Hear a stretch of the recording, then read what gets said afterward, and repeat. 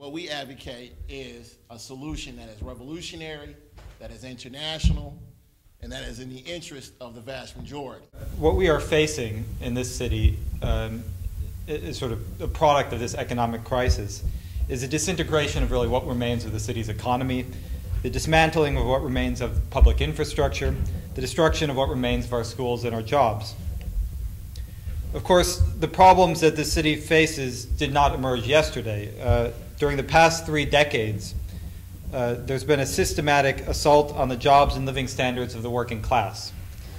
The population of Detroit has fallen from 1.85 million in 1950 to less than 1 million today.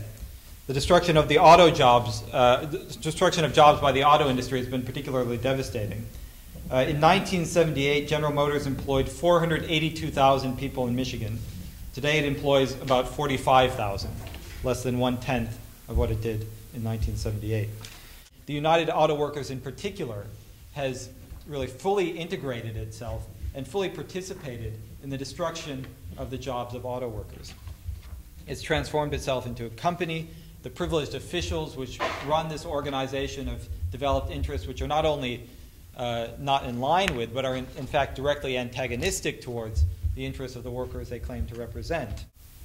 So what we say is that, if opposition is going to emerge, and it will, that it has to take place independently of these organizations, that workers have to develop new organizations, and above all, they have to develop a new political party and based on a new perspective.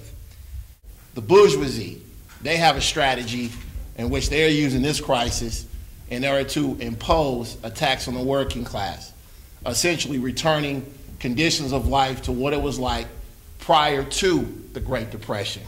The rich people have used the issue of race in order to mask their economic agenda. The white counterparts, whether it be the Democratic or Republican parties, would have not been able to carry out the massive attacks on workers as the Black Democratic Party has done in the city of Detroit. The Democratic Party is the other capitalist party. And this is why, again, we stress the fact that race is not a viable perspective for the working class.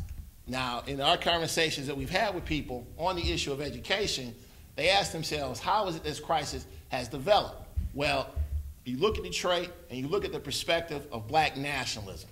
What has brought the working class to this point?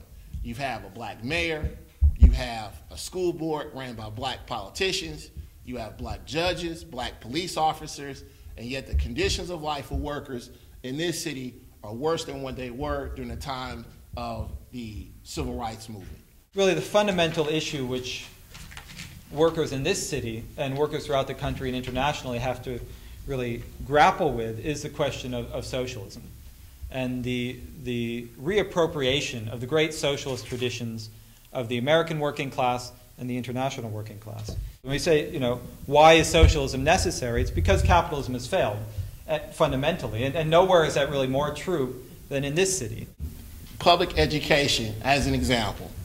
You have the Obama administration that wants to carry out charter schools, merit pay for teachers, closing down of public schools, as well as firing teachers. And this is all being done in order to carry out a right-wing attack on public education.